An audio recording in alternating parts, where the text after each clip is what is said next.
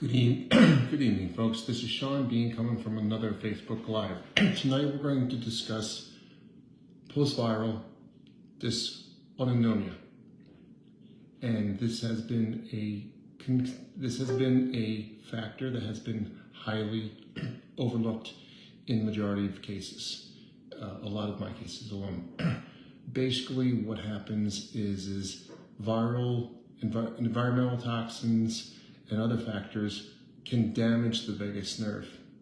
And when the vagus nerve gets damaged, it can cause a lot of problems with the parasympathetic and sympathetic nervous system. There's basically a discombobulation, and messages can get easily disrupted. So tonight what we're going to do is we're going to discuss different mechanisms on how we can address this and how the emotions play into part of this in regards to the COVID situation. Drawing a lot of past traumas, rising up past traumas from subconscious minds, and so forth. So tonight, it's a pleasure being back here, and we're going to discuss this high topic of overlooked through traditional medicine. And I'm going to invite Becki on here.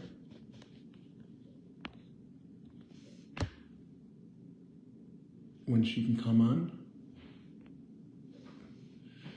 Okay. We're slowly getting people trickling in here. So we do feel that this dysautonomia is a huge factor in a lot of situations, because when the vagus nerve is damaged and also the acetylcholine system, it can throw your body into total chaos. The system by which the vagus nerve and the acetylcholine intersect controls your digestion, your breathing, your neuroinflammatory pathways. It controls your digestive juices, from the secretions of your hydrochloric acid to release of pancreatic enzymes to release of your bile flow. So a lot of people that have problems with, quote, bile acid issues or sluggish gallbladder, it could actually revert back to the vagus nerve and the acetylcholine pathway. And one of these areas that this tends to affect is when you have these viral infections. What happens is inside the cell membrane kind of blows apart. And the way that this does this, these viruses get in there and they'll cause a demyelination of the cell membranes. In layman's terms, what that basically means is your cell membranes just blow apart. And when they blow apart, what happens is you lose those phospholipids inside the cell membrane. And those phospholipids, whether they're phosphatidylcholine, sphingolipins, or other phospholipids that make up the component of the brain. And phospholipids make up a huge component of the brain. And within these phospholipids, these are called plasmagens. Plasmagens are like the downstream effect from your choline to phosphatidylcholine. Once it comes in from choline, it goes into the PEMT pathway, the phosphoethyl methyltransferase pathway. And then it shoots off into the Kennedy pathway, which is why we use a lot of CDP, which is citrulloline. Citrulloline has been shown to lower that enzyme called PLA2, phospholipase A2, that causes the cell membranes to break open. And when the cell membranes break open, that causes destabilization. So in layman's terms, you start demyelinating. And if you have this demyelination going on for too long, you're going to end up in situations such as ALS is like the worst case scenario, but they may mimic MS, or what we call CIDP, which is chronic inflammatory demyelination polyneuropathy. I've had a lot of cases with that. So what happens in this situation is when those phospholipids come out, you lose the building blocks to actually create the acetylcholine. So with the viruses, specifically COVID, on the spike protein, it hits the nicotinic receptor site. Well, first of all, it shuts down the nicotinic receptor that activates on the acetylcholine pathway. So you're already at a default there, but then you're lacking the synthesis of the actual acetylcholine itself. So it's just not the synthesis of acetylcholine, but it's also the breakdown. So a lot of people that are having these issues may have an accelerated breakdown. And this accelerated breakdown within the phospholipid membrane is driven by an enzyme that's anticholinesterase, which is the mechanism by which your body breaks it down. This is why things like galantamine and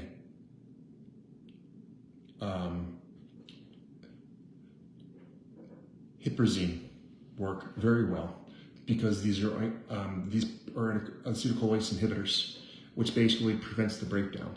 This is why when you go into dementia and Alzheimer's, they're now using galantamine as a mechanism. Sometimes we'll use CDP because not only do you have to slow the breakdown, but you have to slow the breakdown of the loss of the phospholipids, which is the building blocks for your acetylcholine, but then you don't have it synthesized. So therefore, what happens is you have to slow the breakdown. And when you slow the breakdown, that's why they use a lot of different drugs that are based on that for neurological conditions. And this is where Benadryl becomes a problem, because Benadryl will actually speed the breakup of acetylcholine down. And this is why people end up with memory issues. And the phospholipids in regards to viruses are huge, because the phospholipids, specific phospholipids, actually help you in regards to reducing the neural inflammation in the brain. As prime example is the CDP, citrulloline. Citrulloline, I usually start very slow, because what happens is I like the citrulloline because it bypasses the digestive tract. So if people have problems with an enzyme called TMAO, then what happens is that TMAO actually, choline, carnitine, actually feed the TMAO because of the dysbiosis of the bowel. This is why I'm running a lot of people with TMAO serums now, and just using the citrulloline, just using the choline citrate, we've seen extreme high rises in the TMAO.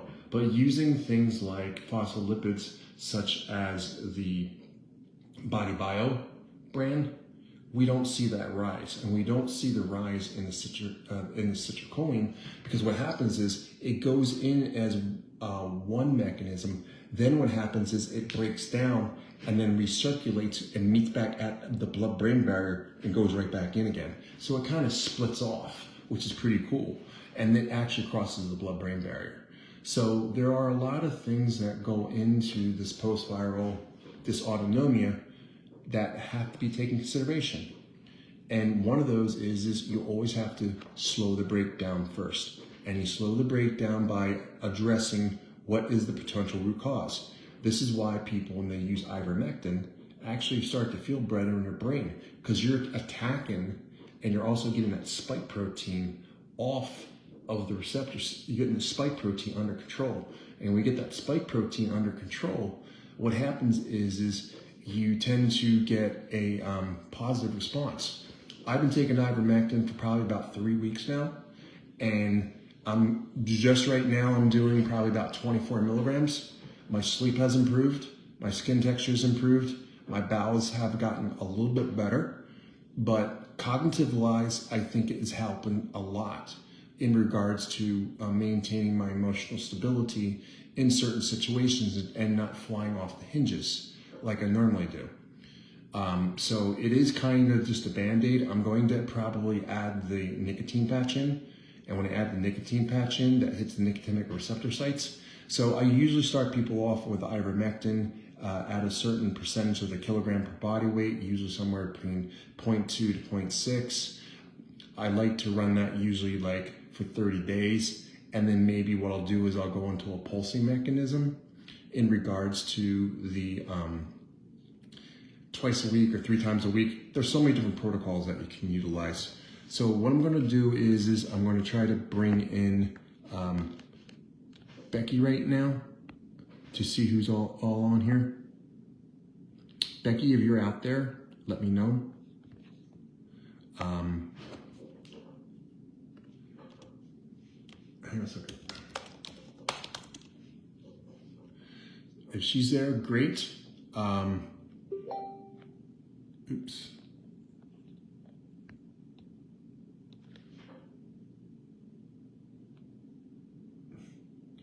All right, for some apparent reason, Becki is just not showing up on my screen for whatever reason. But anyway, with these viruses, heavy metals, so forth, you're not going to get a really hit on things until you address the underlying cause. And this is why ivermectin works so well. Other mechanisms work in this situation would be to control the insulin issue. And when you control insulin issue,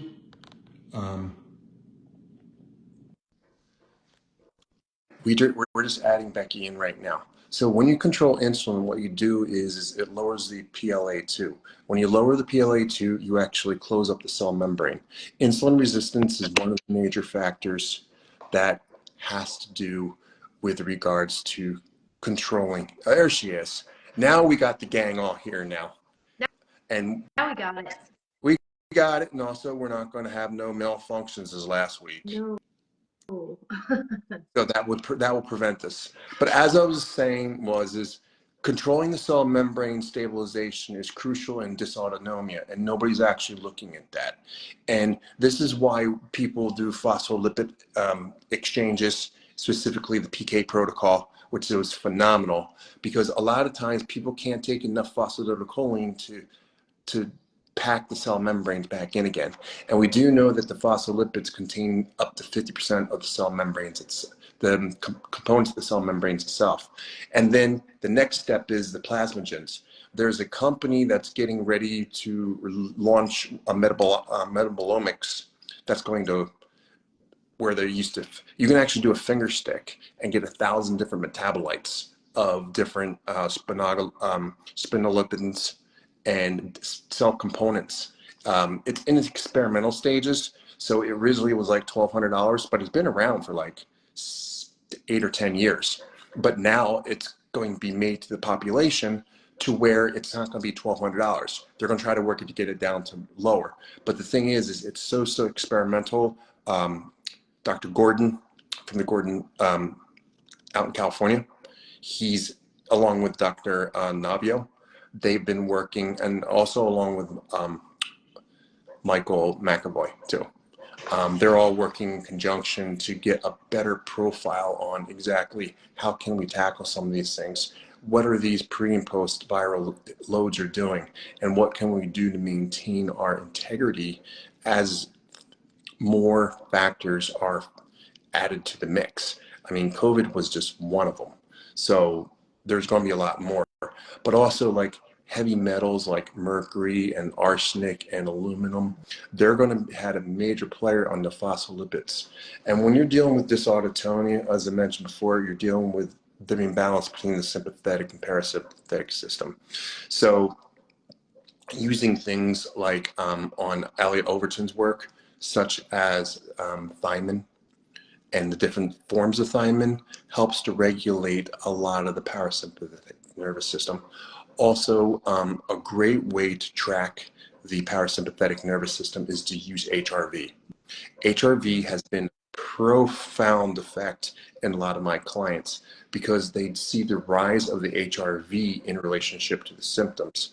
And in order for your HRV to be consistent, when you're using a device, you need to have the device used for 2 to 3 weeks so the body gets utilized. And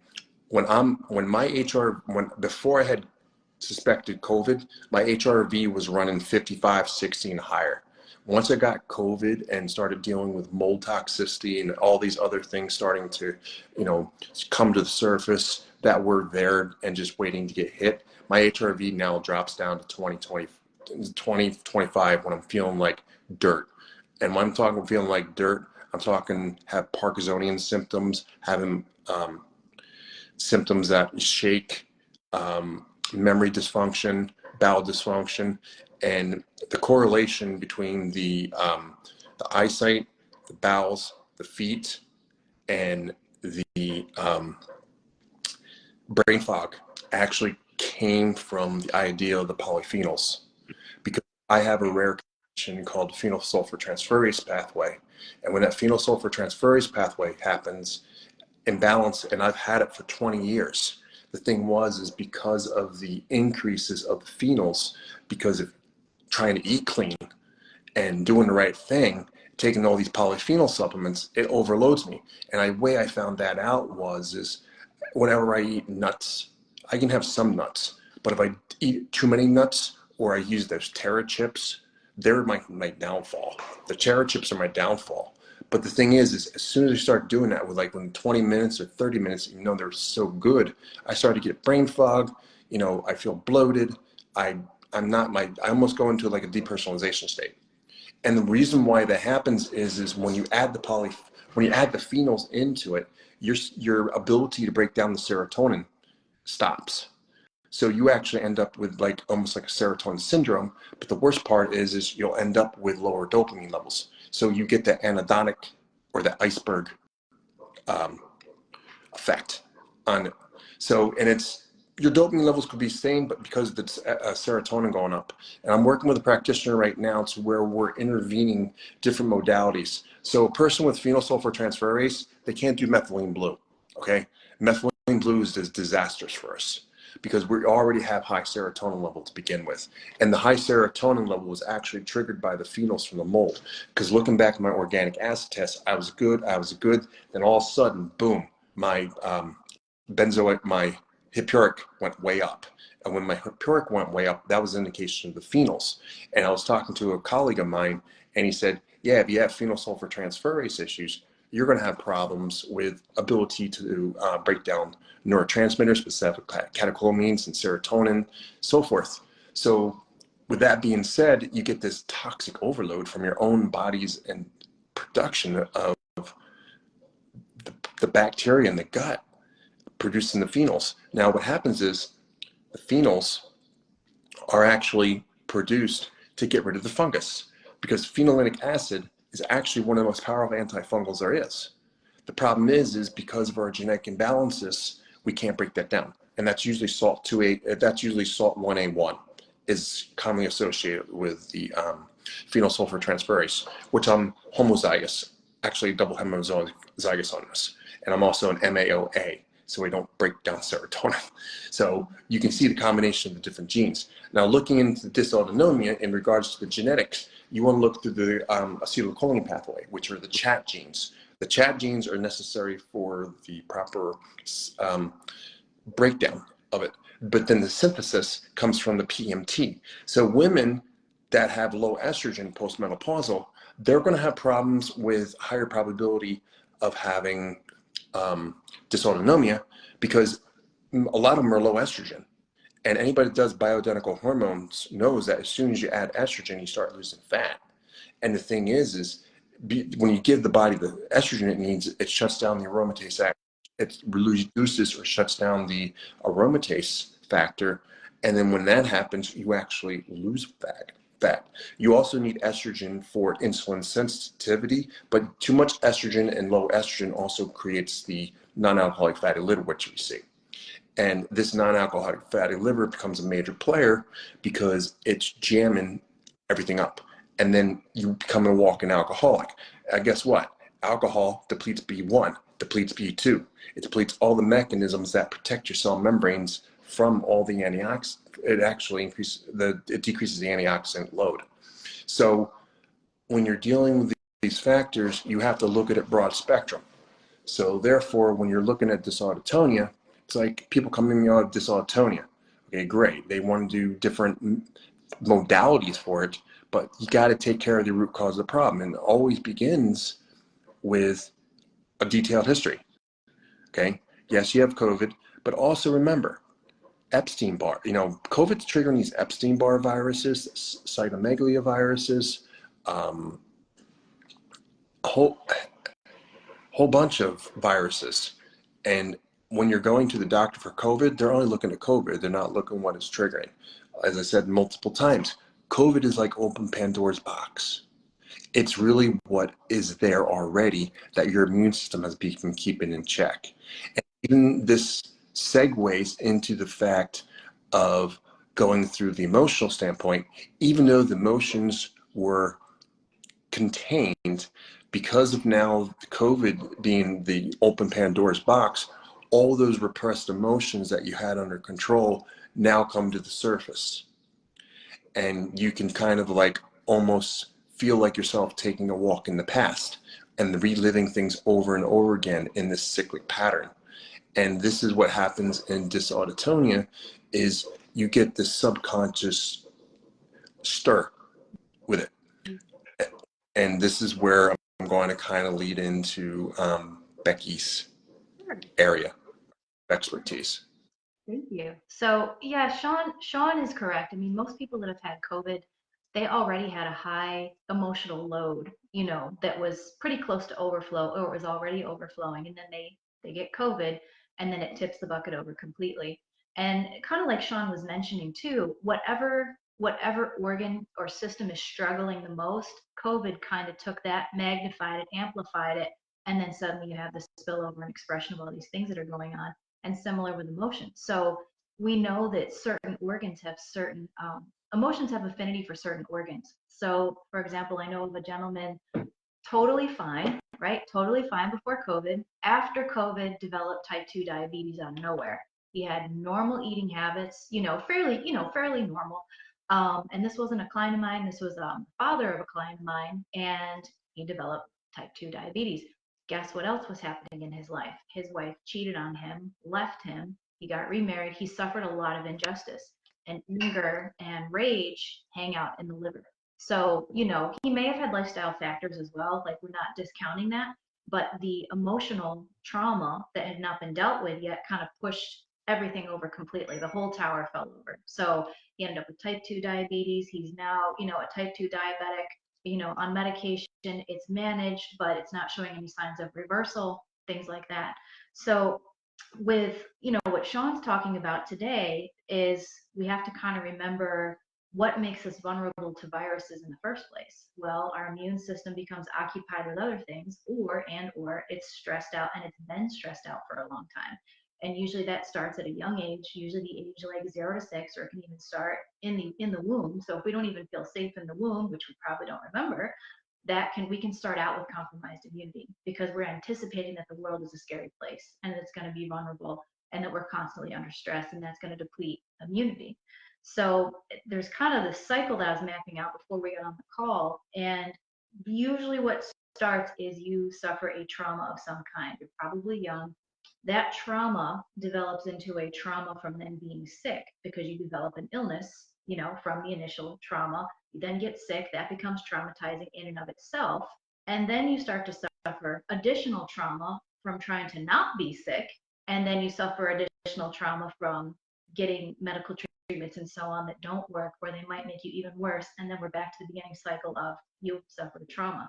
So one of the best ways to kind of stop this whole cycle and not allow, the blocks to continue to build into this giant tower is we go back to the original trauma event, we unplug it, and then, the rest of the events that stack on top of it, they kind of dissolve. You have your subconscious has a different perspective on things. It doesn't become so overreactive. You don't start stacking medical conditions, and things like that, because your immune system is working properly and you're not overreactive to anything. Or your body's not exhausted from trying to fight everything. Other thing that I've noticed, and I think we talked about this, Shawn, is that I wouldn't say certain types, we'll just say broad sweep. Broad sweep emotional trauma changes the gut microbiome, period. It does. And I've noticed that with my clients, after we have very significant emotional breakthroughs where they release subconscious patterning and things like that, they will either have to make an emergency trip to the bathroom because the gut will literally detoxify itself, and or they go through a period of a changeover for a couple of days where the terrain completely turns itself over, and they have to start taking new probiotics. Maybe they go off of some things that they were on because the emotional our emotions are directly linked into the gut. Please. when our emotions are linked into the gut, this is often when I see the low secretory IgA. The low Mm-hmm. secretory IgA is one of the mechanisms by which the body can identify who's good and who's bad. The lower the secretory IgA, the more vulnerable you are going to be to any kind of environmental toxin, any kind of exposure. And what happens is when you reboot the emotions, what happens is as you raise secretory IgA, now your body's own bacteria can adhere to the wall, and then it knows who's good and who's bad. So this way it doesn't like cause this it doesn't cause like a immune dysregulation, but rather the it's rather the crossing guard decided you got drunk and you had the Canadians come across the border to America and Americans going across the border freely. Now that now the crossing guard's back on duty. Okay, so he can check his they can check ID to see who's good and who's bad. Otherwise, once that secretory IgA is gone, your your immune system is vulnerable. And this is the first thing I mentioned when I saw COVID come into the play. I saw people low secretory IgA, and they were just on the borderline. And I told them, said, Guy, you got to get your secretory IgA in check. If you don't get your secretory IgA, it doesn't matter what type of probiotics you're going to take. They're not going to adhere to the wall. And the people who did, they fared well against when they got COVID. The ones who didn't, they were the ones that called me, oh God, I'm tired, I'm gone. I said, listen, you you had to I mentioned to it, and I mentioned this needs to be addressed because this is your first line. Your secondary IgA is your first line of defense against anything, you know. And if you don't, instead of having knights in shining armor with catapults, you got jesters, jokers, and you got jester, jokers, and cooks trying to take the immune, trying to keep the immune system in check. Okay, Mm-hmm. they're going to get slaughtered, and that's exactly what happens. So that's a very valid point. And also, the emotions is linked directly to adrenals, and the adrenals are directly linked to secretory IgA. That has been shown in clinical studies. Yeah. Thanks for that information. Yeah. It's a pretty common thing to the point where, clients that are just starting out kind of in the first phase of the healing process and the release process, I kind of warn them this could potentially happen.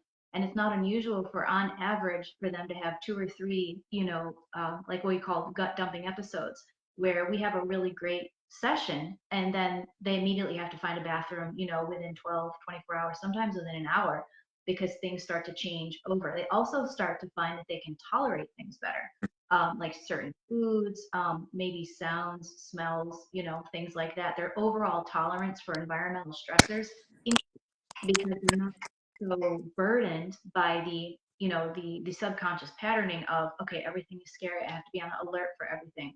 And these are the people that don't always do well with traditional forms of therapy. I like traditional therapy. I mean, I think it's really great for equipping people with tools. But with a lot of the clients I'm meeting with, especially the ones on your caseload, they're traumatized by having to talk about the experiences of what happened to them.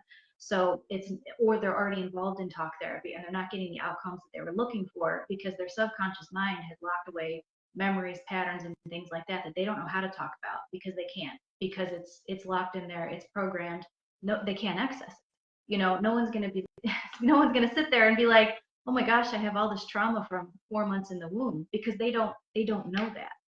But with the way that I go about the sessions with people, it becomes complementary to talk therapy, because we can pick out the things that are stressing them out, that's rewired their immune system functioning, because we can ask the subconscious questions, we can get answers back. I'm using muscle testing, strong intuition, things like that, and I can pick things out and say, hey, you've got, it seems to be a lot of overwhelm when you were in the womb.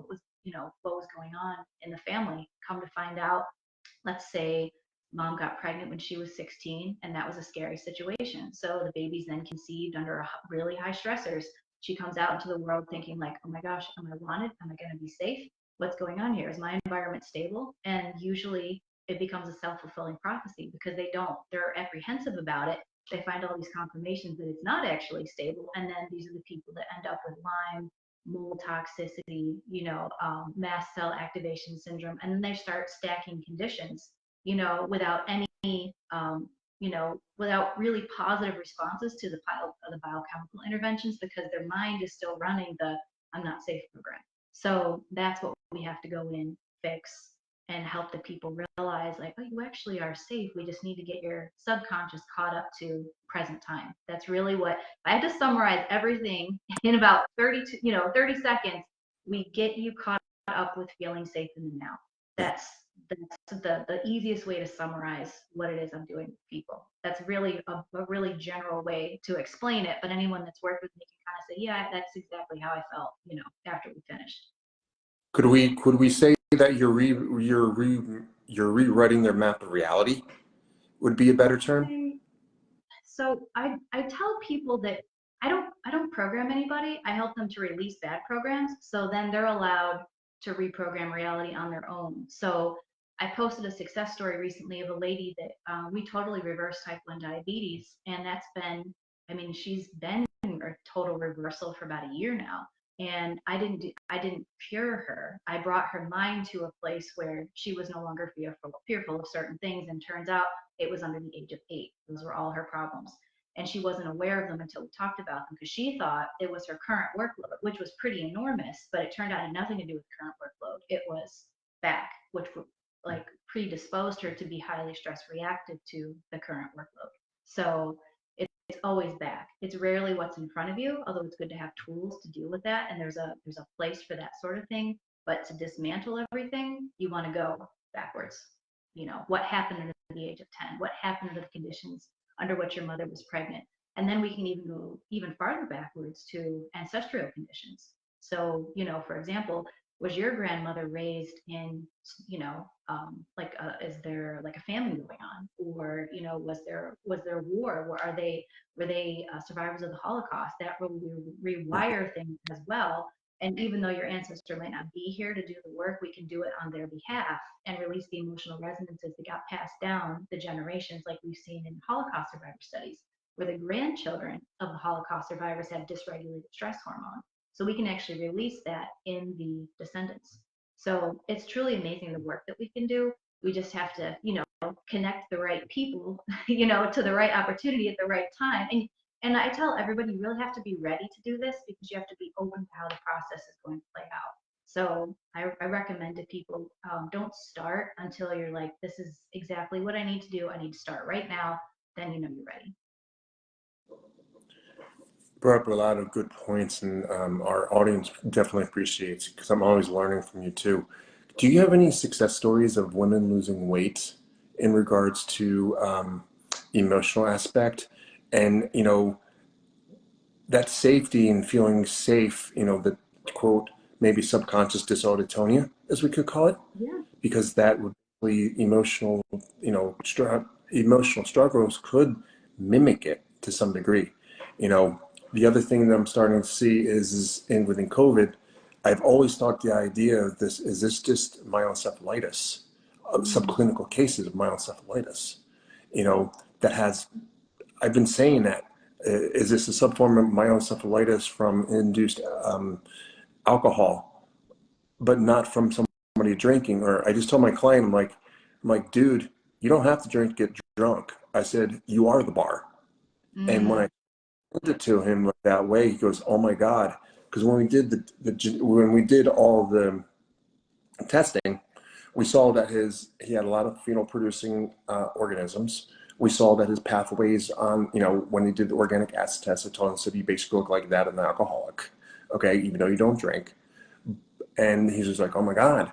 And the thing about that is when you have the alcoholism, well, guess what? You create a thiamine deficiency, and the Mm. thiamine deficiency actually mimics the I can't say it, Warkarkis syndrome, Mm. to where you get damage of the alcohol in the brain. And I think a lot of people are running around subclinically with this, in regards to this uneasiness, and we're seeing this throughout society Yep. in regards change. There has been a universal change in the energetics Absolutely. of the world itself, our perceptions. One lady was Absolutely. telling me, she's like, most of these teenagers are in this constant fight or flight mode because they're so unsure of what they want to do. I mean, when we went to college and stuff, it's like, we want to do. But now it's like, oh my God, it's like, what do we want to do? Right. You know, because of the environmental influences, because of the economical influences, Absolutely. that they have to deal with, you know, Mhm. and you're And going to see you're going to see more and more of this emotional trauma because theoretically, we are no different than the Holocaust in many ways because clinically, everybody on the planet is now classified as PTSD because of being in COVID. COVID is now an epigenetic event classified. you're absolutely right about that. And we're not going to see the complete, the full extent to the impact. I would say it's going to be a while. It could take 50, 80 years, and we're going to see it in future generations. They're going to be more predisposed to deranged stress hormones, most likely, because it was a very uncertain time. It was a scary time. And all the losses that were suffered, loved ones, jobs, freedoms, all of those things, and that fear of, is this going to happen again, or what else am I going to be subjected to that's out of my realm of control? And tying that back to your question about women that are weight loss resistant, usually, in generally speaking, weight loss resistant, if I had to summarize it for women, it's they don't want to be vulnerable because they learned at some point in their life that they were vulnerable, and holding on to excess weight was the only way they could buffer that feeling of vulnerability. It's not a conscious decision, but these are the women that will not respond to, like 1,200 calorie a day diets, working out, taking all the right supplements, even working with a functional medicine doctor. Their body will resist as much as it can. And there's very little response. I'm sure we all know somebody. I mean, I know a lot of them because I work with them, but that they've tried all the diets and nothing has worked. It's because on a fundamental level, they don't feel safe and they don't know how to make themselves feel safe. They just don't know it. So they're going from diet to diet, but really what they should be doing is they should be working on the subconscious and finding out why the subconscious feels unsafe. Right. And it's either something that they experienced personally, or it could have been something that their mother experienced, which then wired the baby's central nervous system because the mother influences that, and figuring out, okay, what happened? It's time to start interviewing your family members like, hey, mom, what happened while you were pregnant with me? Hey, what happened to grandma while she was pregnant with you? You start asking those questions, and then you'll start to have an idea of why you're either predisposed to having a lot of difficult health problems that aren't resolving, and or weight loss resistance. That's usually where you'll find a lot of those problems and mysteries. I'm sure a lot of women could definitely benefit from that information because I've had cases to where we did hypnotherapy, and it was through parts therapy that the the woman was again it was out of safety, and it was out Yeah. of the unknown. And once the subconscious and conscious mind came to the idea, said, "Listen, because it made up its mind saying, I'm not going to your husband's new job. I'm going to stick here, and as a result." Yeah. I'm going to make you hold on to the weight. And then once we went in and did parts therapy to where you had to reconcile with it, you had to, you know, educate it, saying, listen, you're going to be making new friends, you're going to go to new places, and once it did that, it was like 2 weeks later, she dropped like 10 pounds because the personal trainer was accusing her of being lazy, Mhm. her diet, and I said there's absolutely her thyroid and blood levels. I'm like, hormones were perfect. It Yeah. was just that her subconscious mind was stubborn. It didn't want to go. But once it felt safe and you had to negotiate with it, Mhm. it released it. And that's one of the many cases that we're, dealing with that kind of area. Yep, I agree. Is And it's a really good timing. Connie just made a comment. She said, I'm just reading it off to my other computer. She said she agrees that emotional trauma can make it difficult for women to lose weight. I don't think this explains the epidemic of obesity that we're seeing in our society. Over 75% of people are overweight. Many of them are obese. I believe toxins are the real culprit for people who are doing toxins, inflammation. Yeah, you know, Let, let me let me sum it up in my my famous memo, my motto. We are not fat, we are inflamed. yeah, yeah, And that's so true. yeah. But the inflammation is not from the top of the level, it's at the cell level.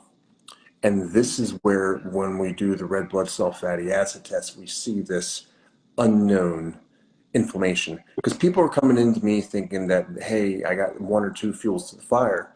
But when we get and look at the specific ratio of different fats and other mechanisms, said, listen, you're sending, I'm like, you're sending firemen to a fire thinking that it's a house. But when they get there, it's the Taj Mahal.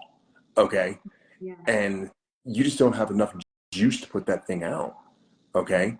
And once you shift that at the cellular level, reduce the cellular inflammation, and open up those membranes that are stagnant, as I was mentioned before, between using the phospholipids, then you see this drop in this, you know, inflammation.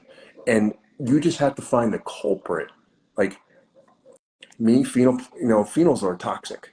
Okay, my genetics. I'm autistic, so I have the PSD pathway, and then also on all my stinking urine tests, my 5-HIAA is 9 times to 10 times higher than what's supposed to be. So every time that I take something that's a serotonin, I actually go into slight serotonin syndrome, and that's why I fly off the handles, because I have slight Mm. serotonin syndrome. But what drives me there and gives me the brain fog is the phenols and the salicylates, more so the phenols than anything. Okay. But by using Epsom salt baths and by using Epsom salt creams and by looking at the work of the different doctors and stuff, I'm actually starting to put the pieces of the puzzle together. We just found another missing key to the puzzle that we're going to experiment that's going to probably combine with certain things, reduce autism tremendously. And people just don't know about it yet. But again, it's all about the toxicity. But as a clinician, we have to identify, okay, are the toxins from outside or coming from an inside of our body? Because we can't break them down. One person, I'm tired, I'm this, I'm that. As soon as I did her biome site test, I said, by the way, your lactic acid levels are high. She goes, oh my God, that's right. And then as soon as we did that, we put her on CoQ10, high dosages, thiamine, and guess what happened? Her fatigue went right away. So by using diagnostic testing, we're able to really hone in on what other factors outside the emotions are being dealt with. And there's so many, and this is where the collaborative effort comes in at. Because I feel combining the therapies together in specific sequences, I believe that you are a primer. Okay. Mm-hmm. What you do is your primer. And one of the groups that I work with, this is what they do. For the first 4 weeks, they do vagal retraining. They do the different therapies, what you do. And then they do the lifestyle changes. They get, they have health coaches and everything. But what they do is they prime them for me. So when I go in, I don't have all these, I don't have to jump all these stinking roadblocks. They're already removed. Yes. And it makes things so much easier. And that way, once you get that emotional stability under control, going after those viruses and stuff are going to be so much easier. Mast cell, because you remove the part of the problem that was causing the potential hercs in the first place, Yes. and adding the stressors to it. And I've been seeing that working with different practitioners like yourself, that when you prime them for 4 to 6 weeks, it makes my job so much easier. But then what happens is when they, we always get in these situations to where you go up, you go down, you go up, you go down, you go up, you go down. The problem is you've got that Trojan running in the background from your emotions that pops up every once in a while. Okay, that could surface because you're stressed or whatever, and it just puts a kibosh on things. But if you prime that, then it's going to make working with whomever the practitioner is much more effective. Easier. You're exactly right. I mean, I do muscle testing in my sessions, and there's been a few people I've gotten recently that are they're really sick, but not sick enough to be in the hospital. You know, that's like your whole client load. And they've said, should I run new labs? And I'll muscle test them. I'll say, no, no, don't run new labs. We need to do X number of sessions. Then your labs are going to improve. Then go and get the biochemical interventions. Yep. And it's there's value to doing things in that order, Hmm? because you're going to, for example, when I send them to you, they're going to have less to do to correct with you. You'll just have some correct, not minor, but significant corrections to make, but it's not going to be a disaster like it would have been if I hadn't had a chance to work with them first. And then Right. continue it, throughout the program too, Hmm? because, biochemical pathways don't just change like that to that degree overnight, just like you don't develop a subconscious program or that many of them overnight. You could add one overnight if something bad happens, but the degree to which that it's shifting immunity to where people are accumulating medical diagnoses, that takes time. Yeah, because what happens is a lot of people take on that label at a deeper level, and they become the medical diagnosis. And when they get that standpoint, it's like you got to remove that stamp. You know, that's why one of the things I do want to look at as I want to see what your medical diagnoses are, because I'm not saying trained, but I have a philosophy of Eastern and Western together, and sometimes you have to do a combination of both. You know, like I said, I'm not against drugs. It's just when they're used inappropriately, yes, because sometimes people who have mold and stuff, they have a GAD65 antibodies. Well, guess what? You're gonna have to be on some type of GABA support because your body's just not going to synthesize it. Okay, until you remove that mold, that GAD65 antibody is going to be present. So they're going to need like Clonopin or some kind of psychotic, you know, that may not be benzo based. You know, like we regulate the MDMA receptor. Like in those situations, I may have the doctor regulate the MDMA receptors. I might try some natural stuff. I mean, but some of the natural stuff just doesn't work. You know, same way in Lyme. People, when I used to work with Lyme doctors, they were upset that they had to take Lexapro. I said, listen, the organism has damaged the vesicles on how you're communicating. You know, your bridge is blown up. Okay, Right. so it doesn't matter what you throw at it. It's not going to matter because it's a chemical thing going on. Mm-hmm. And no matter what kind of natural approaches, it's just not, not going to work. So I mentioned to them they feel safer because I'm said you're on a low dosage. It's used as a temporary bridge until you go through treatment. Then then you work to reduce it. And there's no harm and foul in using medication or interventions when necessary. But the thing is like when you take the PPIs, there's people that have been on PPIs for years. When they tell you that they should discontinue it after 8 weeks max, you know, and I had people that were hell bent against it, but when they actually went on it, they're like, I said, man, listen, we tried everything. Okay, try the damn thing. And guess what? They're like, God, my liver feels better. I can actually digest my food. I'm like, yes, you need that protection for a little bit. Okay. And then we pull them off, 6, 8 weeks. We pull them off, we prep them, clear the microbiome, and then boom, they're good to go. But the Exactly. problem is the temporary band-aid becomes a long-term solution. And that's the problem with traditional medicine is you once you're done with it, you have to pull the band-aid off and hope and make sure that it's healed. Otherwise you're just going to have this reopening of the scar again and again. And we're seeing that with hormones now too. What used to work 5, 10 years ago is not working anymore because the environmental toxins are damaging the receptor sites, whether they're virus or glyphosates. I mean, I told some people that I had a person up in Oregon. I had her give her 4 times the amount of estrogen, and she was only 21 years old. She had full estrogen replacement. She had estriol. Okay, and I'm like, listen, your dosages are too low. I don't care what the Dutch says. And we did the glyphosate test. She was off their chance. So I said, the reason because the glyphosate's an infectant. I said, I want you to take it from what you're doing and quadruple it. And guess what happened? She started losing weight. Her vaginal dryness went away. And because she was like, every time I took progesterone, I backfired. I said, you can't give progesterone when your estrogen's not in balance. Okay. So this is where a lot of doctors are looking at the absolutes rather than looking at the ratios.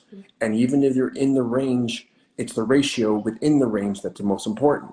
I see this in the Dutch test all the time, see an organic acid test all the time, even in the biome site test. People come back, oh, I'm fine. I'm like, no, you're not. I said, if you're in the normal range comparative, your good bacteria to your bad pathogenic bacteria, yeah, you are. But your good bacteria is in the garbage can, and your ratio of your dysbiosis is too high. Okay, and they're symptomatic to it.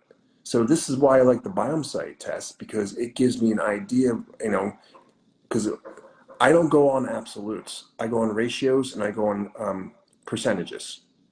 And that's where I find that, oh, my alkaline phosphatase is 86. I'm like, okay, great. Okay, but you're still having gut problems. You had COVID. I said, let's look at the deeper levels of it. Boom. Guess what? Their one enzyme that protects your gut's completely gone. I said, no wonder you're having problems. You got no protection against lipopolysaccharides, for God's sake, okay, in your gut. And even though the surface is right, it's the deeper dive that's not being taken. And when you Right. take the deeper dive, that's why when I start people off, I do the biome site test with the red blood cell fatty acid. Because if you don't do those two, you're not going to take care of anything else. So it doesn't matter what your thyroid is. It doesn't matter, it's good to know. But if people can't spend a couple $100, I'm like, do these tests first, okay?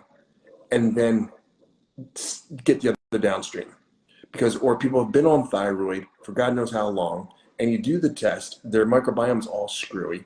Okay, their T regulatory TRL4s.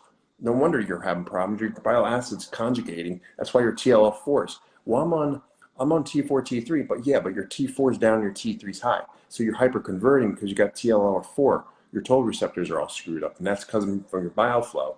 And a lot of people don't understand that bile acids are a major factor in regards to thyroid function. So if your bile acids are off, your thyroid's going to be off. So there's this interlurking systems between the immune system, the gut, the hormone, the endocrine system, the gut, the immune system, the neurotransmitters. It's all intersected. You have to know those intersections like the back of your hand, because when people are coming into you, they've been through those rabbit holes, Yep. and you have to sift for them, sift them out, and you have to pull back and say, okay, this is great information, but well, my Dutch test says I'm normal. I'm like, maybe to that person identifying it, but you're symptomatic based upon this ratio and this ratio. Well, they're in the normal range, but yeah, one's way up here, one's way down here. Okay, your estrogen's up here, your testosterone's down here. Okay, and you're more prone to having, estrogen, low testosterone because of the ratio. Right. So, Yeah, exactly. Yeah, so all your points, number one, that a lot of pharmaceuticals are being used for too long, like you said, SSRIs, and they should just be short-term stabilizers. And there's people that I'm working with currently that are on things like Klonopin and Lexapro and things like that. It makes them more receptive to not only your therapies, but what I'm trying to walk them through, because they're right, calm and they can accept it, and they are not being taken over by the fight or flight, that's trying to, run in the background. So it helps both of us, help them walk through what they have to do. And then similarly with, the hormones, if you look at how certain emotions are reflected in certain hormone issues, you'll find that estrogen dominance or deficiency has everything to do with how a woman perceives herself, 100%. And there is a fair amount of, let's say, defensiveness built into high estrogen levels where you're excessively dominant. Usually the woman feels very defensive about something. And when they're extremely low, that can make you feel like, well, women might feel like, well, maybe it's not safe to be a young, vital, desirable woman. Maybe I'd rather be an old crone. Maybe I want people to leave me alone. So it's a different version or different flavor of defensiveness. It's just showing up in a different way. Testosterone, similar. One thing that's really interesting with all the men that I've worked with that have low testosterone, well, they have low testosterone in the sense that they have high sex hormone binding globulin. And one thing they all have in common, they all have controlling women in their lives. So their bodies are literally destroying the testosterone in their body as a reflection of the controlling women in their life. They're literally emasculating them on a biochemical level. It's wild. And I've seen it enough times now to draw that correlation. So your hormones are also going to reflect how you see yourself, the relationships around you, and even how you hustle in the world. So I wanted to add that to the conversation too, because everything we do goes hand in hand. And while people are digging out of these holes, they either need to start with me and follow up with you, or start with you and then go over to me because it needs to be stabilized in some kind of way first. That's a really interesting connection between the SHBG, because what happens there with SHBG is if that's controlling, that's going to stress the immune system. Mm-hmm. The immune system is going to affect the gut, because we know that the SHBG is a relationship to a protein that's released in an inflammation, specifically from the liver or the gut or the gallbladder. Yeah. And I'm seeing that straight throughout. And this is where taking testosterone and things like that and using nettle roots. Like I tried nettle root, it worked great for the first 2 or 3 days, and all of a sudden I got estrogenic symptoms, probably because it was my prolactin levels up, or what it was doing is it's a super high polyphenol. Okay. Yeah. And then I started to get the sweats. I started to have like serotonin syndrome off of it. Wow. Sweats. My body started. I had started to have this nasty odor that I couldn't detox. And one of the things I find that works in a lot of cases is, as long as there's no like low estrogen or women on estrogen, is calcium deglucarate works really well for that pathway. Calcium deglucarate can work really well. And for females that have hormone imbalances, I worked with one person, spent $50,000 on it, and 2 things correct her: myoinositol and magnesium. And once I did myoinositol and magnesium, she was 42 years old, and she called me up. She goes, "I don't know whether to kill you or kiss you," because she started a cycle. Because 21 years, 22 years, she never had a cycle. Then as soon as we got on that, because she tried bioidentical hormones, she tried this, wasn't working. And once we did that, it's like, boom, came right back on. So what we were addressing the insulin resistance that looked like PCOS. Because there's so many women that are walking around with, quote, PCOS that are skinny. True. And Very that's true. from the inflammation, and it's from the they're inflamed. And even if you are taking birth control, a lot of my clients stop birth control. They think they're estrogen dominant, but the signs and symptoms of estrogen dominant, estrogen deficiency are pretty close. I had one client that she came off birth control and she was like, "I'm estrogen dominant," so she went on a carb diet. Worked really, really great. We ran the Dutch test. I'm like, surprise, your progesterone kicked in, but your estrogen didn't. And then as soon as we started her on like even primrose oil and started giving her phytoestrogens, she could pull off the ketogenic diet and move into a normal based diet. So, and how do you see in regards to the dysautonomia or the dysautonomia leading into the mast cell? Because what happens is the post viral dysautonomia that opens the door to SIBO and small bacterial overgrowths and everything else that you deal with inside the GI tract. Because if you shut down that vagus nerve and the acetylcholine, your gut's going to come to a screeching halt. Right. Okay. Right. And acetylcholine also has a direct impact on nitric oxide, or nitric oxide, because nitric oxide is both. Nitric oxide gets demonized a lot, just like arachidonic acid. But and if I remember right, I think acetylcholine makes nitric oxide stay in the system longer, and it keeps it hanging around.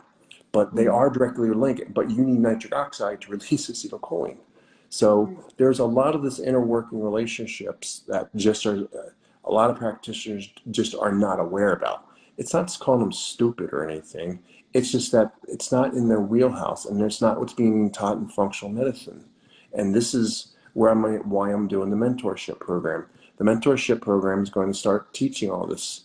And I've got a lot of people that are currently doing it right now and their minds are actually getting blown, Mhm. because the fact is they're being taught to think outside the box. They're not being spoon fed. They're taught different philosophies, and they're learning how to use minimal testing to get the actual results that they need in their clients. And by doing so, it's minimizing the cost of the testing, it's minimizing supplementation, it's minimizing visits, you know. And one of the scenarios is it's like we don't we if we do our job, we put ourselves out of business. Right. And that's why a lot of people are like, oh, how can I get a point? I said, I don't know. I guess I get people, I think they get better quicker. Mhm. Okay. I mean, Absolutely. not everybody's case is different, but still, some of them, I call them the freight trains walking in here, are just insane. Yeah. And sometimes it's like you get them to a point, it's like you got to get rid of that emotional trauma. Otherwise, you're not gonna move the needle. Right. Yep, yep, exactly. And to answer your question about that, there's two things that I've noticed that will kind of keep that in place. The dystonia. So there's two questions. What does your body have to gain from being even sicker? That's the first question. If it's not that, the second question is, what does your body need? So it's one or the other. So if you're some people's bodies, well, not their bodies, but their subconscious may believe that if they are sick, they will be a target because, like in the wild, a sick animal, they're pretty much going to be left alone. You know what I mean? Like, yeah, they might get eaten, but it's not as great of a target. Like if someone's going to bully them or harass them, if you see someone sick, they might not do that.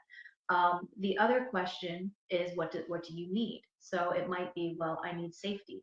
I need, I need assurance. I need nurturing. I need, whatever the answer is, the body's looking to satisfy, or the subconscious is looking to satisfy a need. So we ask those two questions. Is there something you're gaining from being sicker? Or is there something that you need that would stop you from being so sick? Sometimes it's validation, you know. I need to be validated as a person. So it's not typical that I work with someone that I can't help them release, a few motions of programs, whatever in the first appointment, but it will happen occasionally where I just have to build them up for 30 minutes to an hour and just say, like, you are valuable, you're here for a reason. If you don't express your gifts and talents, the community at large suffers. You're a valuable person. You're meant to be here at this time in history for a very specific reason. And we'll go through this for like the first 45 minutes of the appointment. Then their body will get to a point where they're willing to release emotions, because up until that point, they were even holding on to the negative emotions like a blanket because they were so traumatized by all the things that happened, and these are the people that are on Klonopin. They're working with psychiatrists. So the things that I'm doing are helpful adjunct to people that are working with a Right. psychiatrist and working with you. So then it becomes a triangle of care, so all aspects are being managed. But those people are so traumatized that they can't do certain trauma release therapies because sometimes releasing trauma makes them feel more traumatized because it's a change. And So, And you bring up a really good point is we're not here to badger anybody. What we're here is we're trying to be an extension of the doctors. We're trying to be an extension of the practitioners. We're trying to be an extension of people that are in the same mindset. So this is not saying, oh, the doctors don't know what they're doing. It's more like, hey, if the psychiatrists and stuff would work in conjunction, and work as a team, the doctors that work with me are learning. They're learning, and they're learning from the patients, and they're extremely grateful for mhm, us, because we're making their job easier to some degree. But it's the collaboration that is absolutely. missing. Yes, we're not trying to replace anybody. We all have, you have your niche, I have my niche, a therapist has their niche, that does talk therapy, a psychiatrist has their niche. It's good for us to collaborate as a team to make sure that people are getting the full scope of what they need, because the functional medicine doctor might have a function, that you're not going to get involved in because that's just not what you do, and I don't teach coping skills to people. That's what a therapist is Right. helpful for. Talk therapy really great at equipping you with tools and suggestions on how you manage the current stressors in your life. So it's good to have the comprehensive team approach for sure. So Definitely. And that's a very valid point too, is it's all about being on the right team. Your healing team is the thing. And you're also a nutritionist too, aren't you? To some degree in regards to oh yeah. dietary evaluations. Because what I do with a lot of my clients is I kind of I know the ins and outs. I did the diets a long time ago. I'm more of like, hey, based upon your genetics and your lab testing results, we need to focus on a diet that's, a little more lower histamines. And Becky has a good understanding of that and how to make all that happen. I'm the guy who does the biochemistry and then, the cell physiology, the I'm the metabolic mechanic to Mm-hmm. go in, work the pathways, and to open them up, and to do everything from that angle. But when it comes to emotional, that is not my forte at all. Because that's just a rabbit hole. I know how to do it. I'm NLP trained. I'm certified hypnotherapist. I've had all the training, but that's just not in my wheelhouse. And that's where I like to defer people to such as yourself because they need that support. Right. And it's the support, the hand holding that a lot of people need and is not given in um, a lot of different types of medicines. Absolutely. The nutrition aspect, I think, it's overlooked a lot, and physicians focus on eat less, move more, and aren't really trained to give much more direction than that.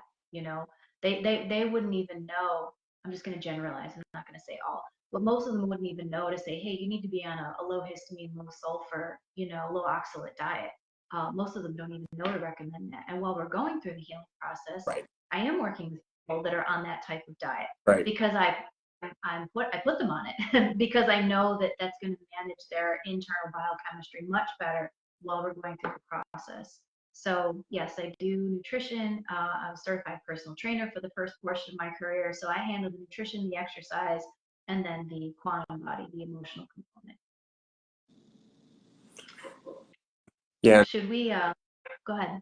And this is very important because you always have to have communication with the doctor. Because I always tell them my clients that said, listen, we're going to be working on this pathway, even though you're taking this medicine. Your doctor needs to be aware that as we start to open up and detoxify, it's going to make the medicine work more effectively. So they need to be aware of this. And a lot of times they'll go back to them, and the doctors will be like, oh, he doesn't know what he's talking about. And next thing you know, they got a 5150 on their hands. I've had Mm, cases of that in the past year because of the fact of they didn't take you seriously. And I actually laid out all the metabolic pathways and referred the client, take this information back to your doctor. If he has a problem or anything, he can give me a call. They never call you anyway. Some do, but very rarely. But they have to be aware. Whoever's working with you, they have to be aware that you're playing with people's chemistry. You're playing with people's, you're tinkering, but you're tinkering at levels that they may not be aware of, but you are. right. And as long as we do a job and relay that information to them, then we've done our job. It's them that takes on the burden or the responsibility of, hey, if you get to fallout or anything, we told you. That's on you, you know? And I've had that happen multiple times. Mm, Oh, you're MTHFR, you need 5-methylfolate. Next thing you know, they're spinning like crazy. I stop it. I said, listen, you're pushing your comp, your sulfation pathways aren't going, you're going to spin out of control. And they were. mm, I said, stop it. And when they stopped, it went back to normal and they felt better and they didn't have to, they could reduce their medicine and everything. Doctors, they don't like that. But you let them know why. yep. And that's where you're a powerful advocate. Exactly. Do we want to oh you 51 so should is 5150 is actually an album from Van Halen, believe it or not. mm, okay. Um, so, so yeah, I don't know if we should, oh, it's 9:37. Should we, maybe we should just answer the questions Yeah, on the Facebook let's answer questions call. that they came up with. What was that? What was that? Sorry. No, I said if we have questions that they want to answer, look. Um, I'm looking, hold on. I'm seeing a lot of, actually, there's a lot of questions here. Hold on a second here. See if we get What was that? see if we get like 5 or 6 of them. Sure. Okay, let's see here. Do. Hold on a second here.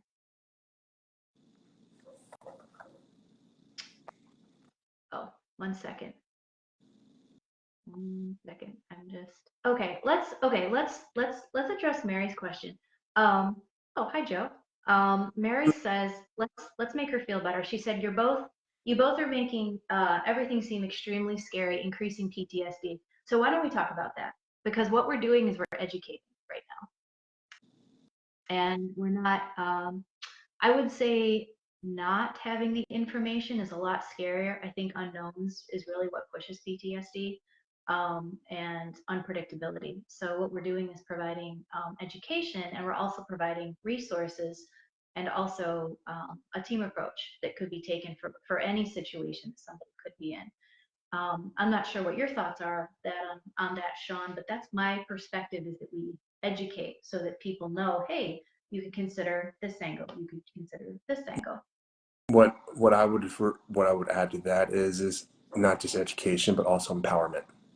This whole Mm, thing, this whole episode tonight is about empowerment. It's about taking control and being your own and yes.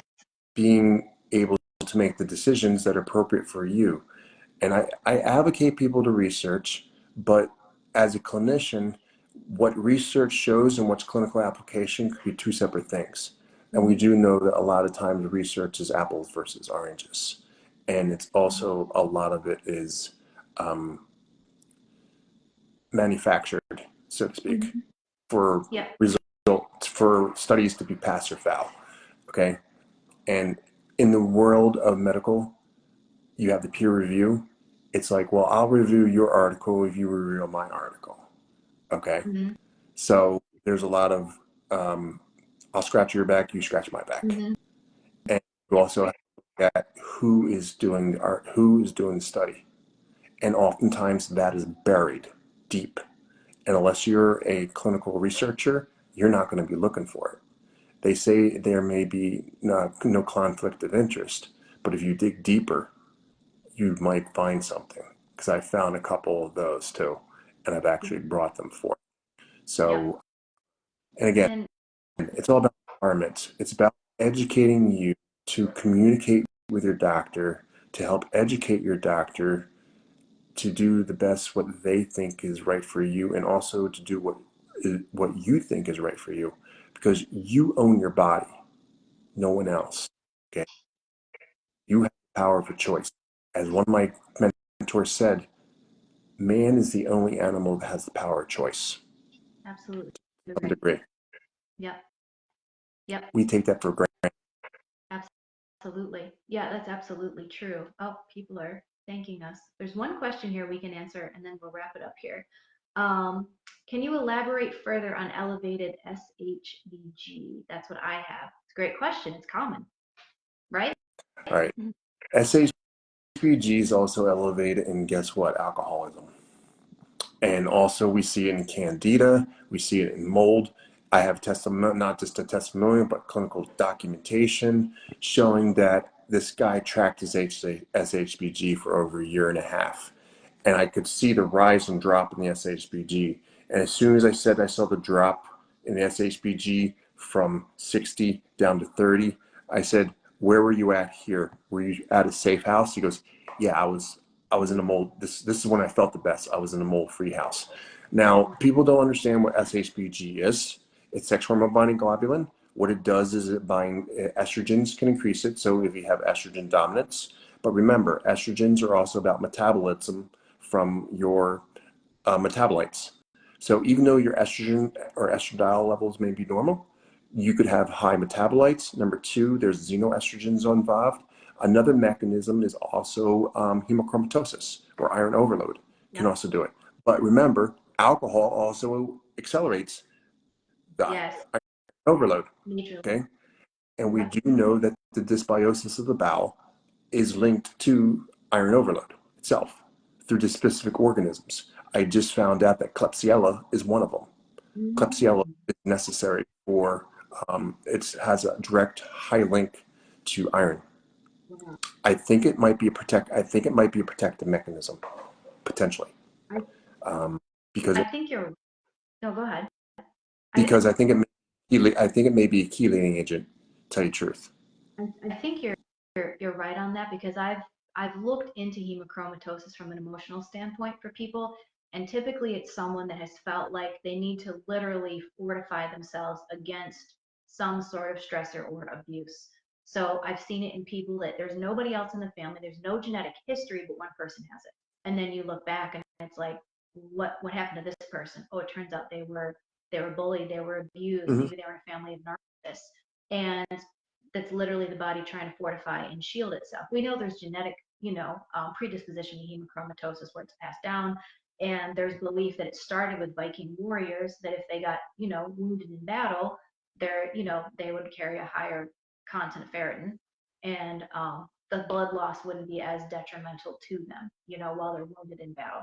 So, there's that genetic predisposition as well. But if there's not that factor, someone just develops it out of nowhere, I'd be really highly suspicious if that person felt like they had been severely emotionally and or physically abused for a long time. I also see elevated SHBG in regards to bile acid deconjugation a lot. So usually on the organic acid test, it's almost like clockwork. As soon as I see the puric acid elevated, I said, bet your SHBG is elevated. Boom, there it is. But it also is coming from the GI tract, but we know that the GI tract, and that's where I think that the phenols are trying to help us out with the fungus. But the problem is we can't, some people like myself can't break them down, and we get this overload going on. And we get the overload going on, then that's going to inhibit the body to get rid of the toxins, because SHBG is also associated with glyphosates too. There has been a study with the glyphosates, but again, you're looking at inflammation in the gut and the liver as the drivers, because SHBG is a protein that increases as a protective mechanism against inflammation. And my things that lower SHBG, SHBG is red herring, is what it is. It tells me that there's something going on. Yeah. If it's too low, it's hypothyroidism or insulin resistance. If they're on a ketogenic, another thing is on a ketogenic diet, SHBG goes up. And when SHBG goes up, you lose. I have a lot of people that are FUT2 gene expression, and they need carbohydrates, and they feel like garbage. And the reason being is this, in those situations, the SHBG is making their testosterone levels too low. And so the testosterone level could be nice and high, but the free level is going to be low. So you're basically like running like a eunuch, basically. So trying to go after SHBG, you're kind of like going after a buoy that's blowing however the weight, how hard the current is, or how much wind is blowing. You're not going to get accurate. It's a red herring. It just tells me something's going on. And when you address the gut, I actually have seen them drop. When you address candida, I've actually seen them drop. Okay. Yep. Yep. Yeah, absolutely. I agree with the candida. And what I want to mention, well, we could go down rabbit holes all night, couldn't we? I wonder if we should wrap it up for the night.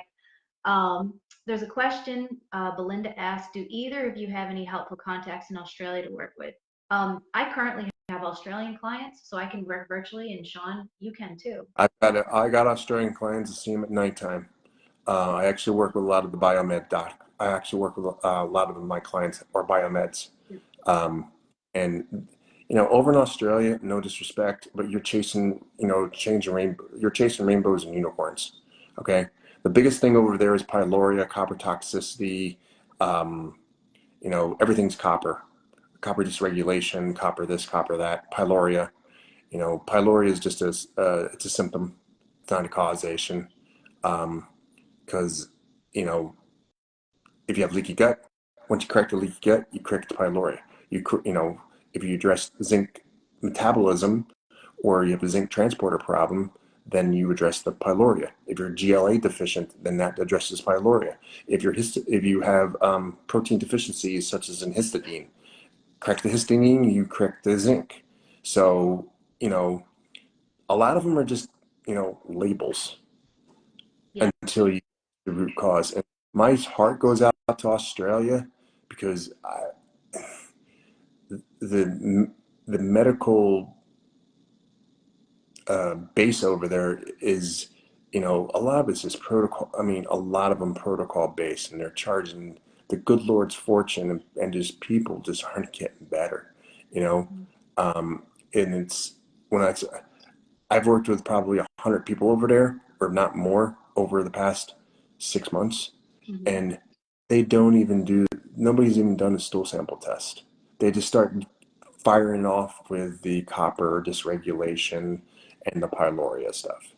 And you're not addressing the underlying root cause of the problem, unfortunately. It's unfortunate.